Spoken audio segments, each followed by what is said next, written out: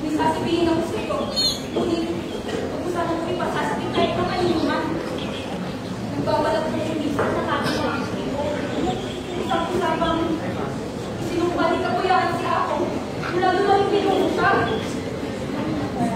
No, Grace. Sumpa! Anong sumpa ang pinagsasabi mo? Kung totoo sinumpa ang layo natin, matagal na dapat nagkaroon lahat ng taong ito ng kahit-hiyalikon. Wala nang ibang paniwala mo ba? Nagmula naman ipinong mo siya ko. Alalahan mo rin ang gabi namin ang iniinis natin. Simula nung galing ng langit. Simula naman nun. Ang pagkamatay ng mga anak nating hayop ay unti-unti na nang mawawala. Pagkatapos naman, gawing itong walang nakakalikas ay nasilbay pa rin tayo ng pagulan. Ngayon naman, isang kakaiba na ako bakalas ang iniinanan sa kalagay ni ako.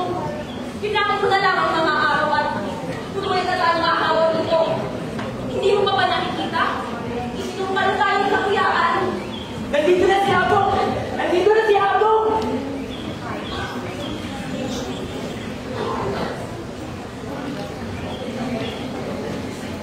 Ako! Paano na po kalagayin na Ligol? Marami na po residente ang natatakot at nababahala na makawag sa kanyang sakit. Kuminahon ka kapatid. Hinahanapan na natin ang muna sa kanyang paramdaman. Pinatawag ko na rin ang dalawang mga dating tao upang makatulong sa paghanap ng solusyon. Sabihin ko siya mga tao, wala silang tamang kung sa ako. Maraming salamat po ako. Iwan mo tulungan niyo. Magandang araw sa Panginoon. Magandang araw din sa iyo, kapatid. Kung tayo.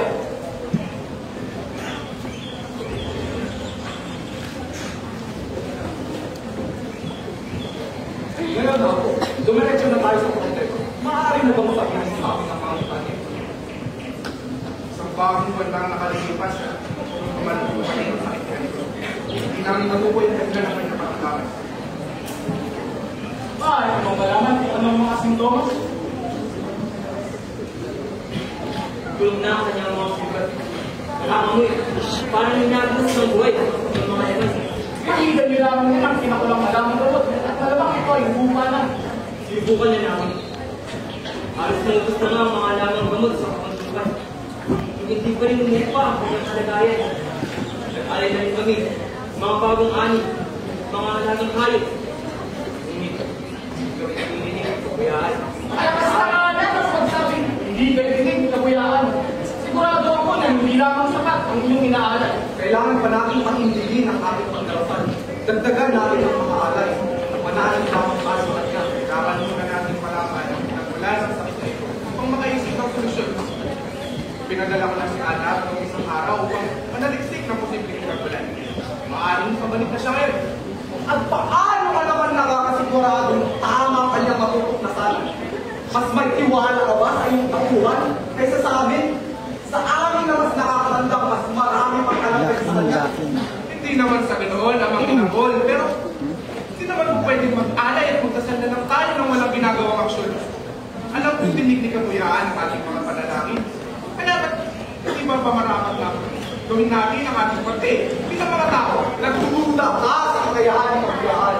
Sinasabi mo bang wala kang tiwala sa kanyang kapangyarihan? Marahil ng mga kasalanan mo pag-isip na yan ang dahilan kung bakit marami ang nagkakasakit dito sa atin tayo. Naniniwala ako sa kakayahan ng Kabuyaan. At naniniwala rin ako na binigyan na tayo sa kakayahan. Ipagtulungan na natin yung masarili. Ipagpatuloy lang natin ang pag-aaral. Sigurado, huhupan ang masumbong. Gandang araw mga amang. Now, marating ka na pala. Noong yung mga natukasan. Ako, hindi naman lunasan ang kailangang gamot.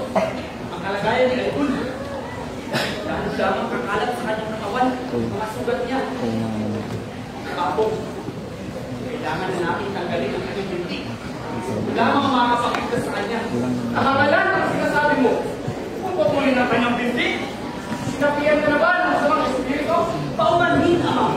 nagtatakboy ako sa malalim lugar at nakatagpo ng isang tao nagkaroon din ng karamdaman na dinaranas niya ni Alvin. Kung hindi pinutulakan ng paa, marahil ay patay na siya. Hahayaan mo siyang umarap kay kabuyaan na hindi kumpleto ang kanyang katawan. Kalabas na kanan! Binabago niyo ang sagnadong haring tungkulin. At sa inyong pinumungkahin, hindi na mutuwa sa kabuyaan.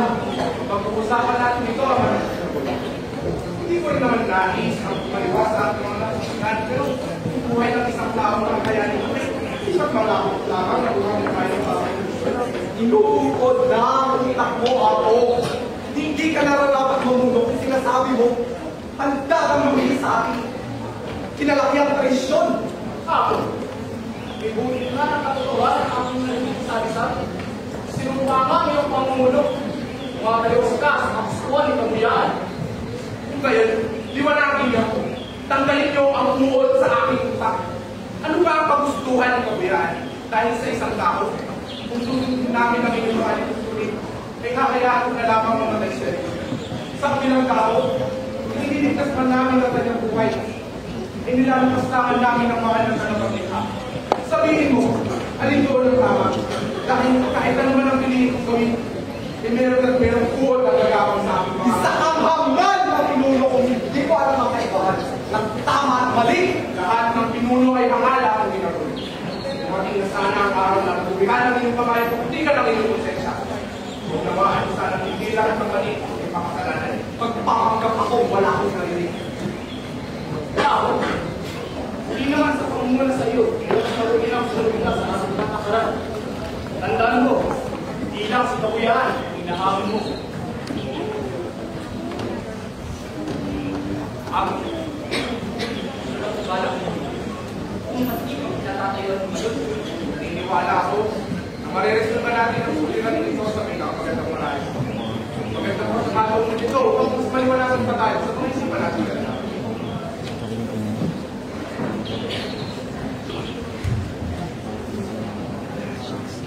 Hindi na nga pala akong tumot.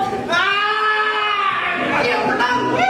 Ano siya ng tubig?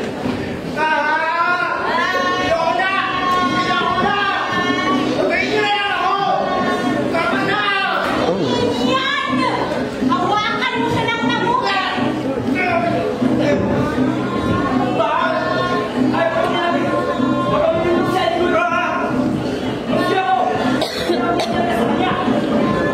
Huwag kang sagsat ng sagsat dyan! At hawakan mo ng mabuti ang kanyang binti!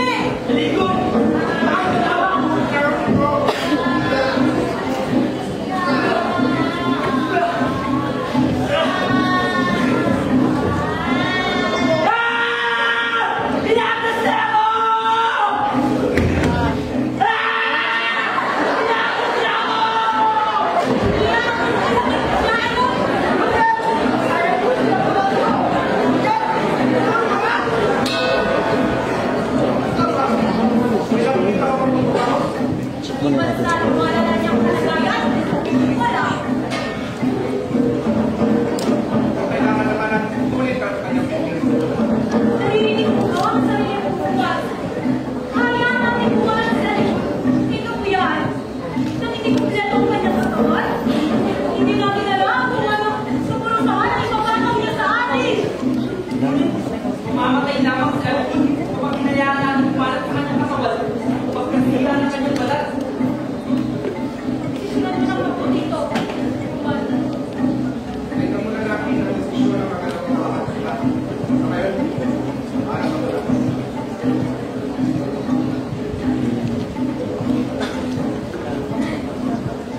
Mama, balik ko ito. Nakapagpusap na kami itong kao. Kumabayan na kami sa lahat ng pangyan. Sa aling mga tumalakas sa inyong tuloy. Ang balita ito. Ano na bang nagsulak sa inyo kung magbago ng pananaw? Sobrang ang inuupahin. Ikaw, kung ito mga pagbilis ka sa ating kapatid, ay hindi na kami totoo. Ako, ito ang alam na pinuro ng labing dalawang sa inyo. Sino tayo para kaya?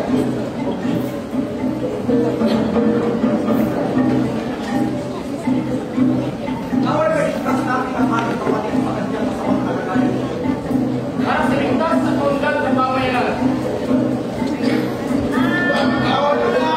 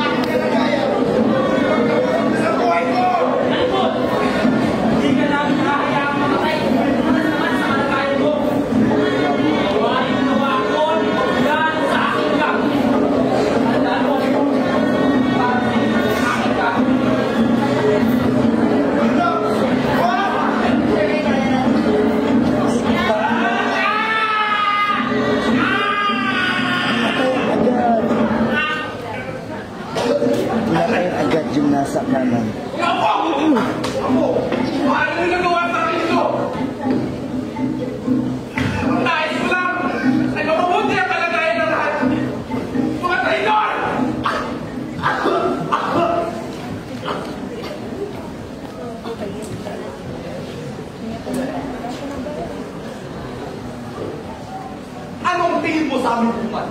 Susunod sa kung anong iyong nais? Kami ang mas nakakatanda. Kami ang mas may alam. Kami ang mas dapat masunod. Kaya namin mamundo nang wala ka.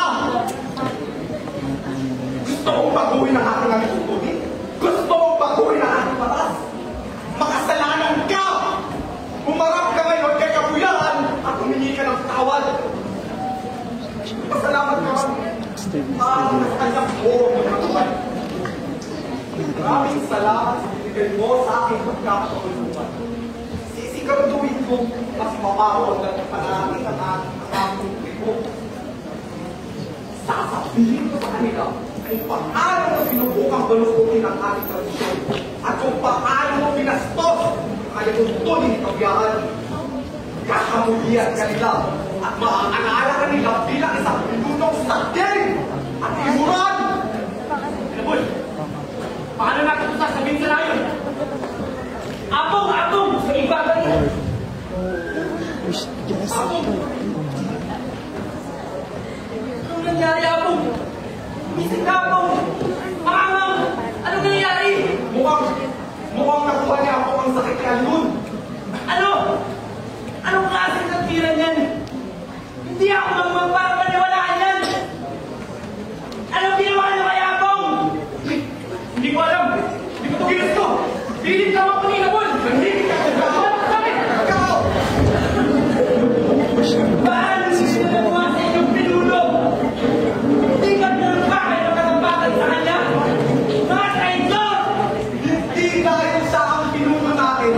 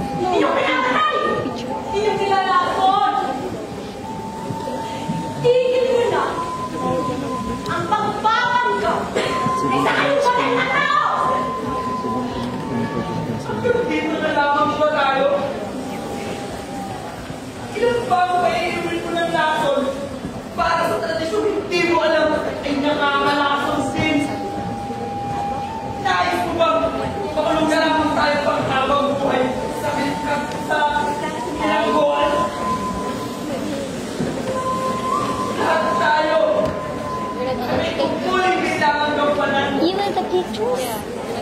Patay na ako. Ang tanging gusto ko lamang ay makapabuti ang kalagayan ng lahat. Why not? Ako unlad ang buhay Many ng people nakararami. Pero masyado kayong kulang para makita na minsan ang nakabubunin para sa lahat ay hindi natin gustong mangyari. Pilit kayo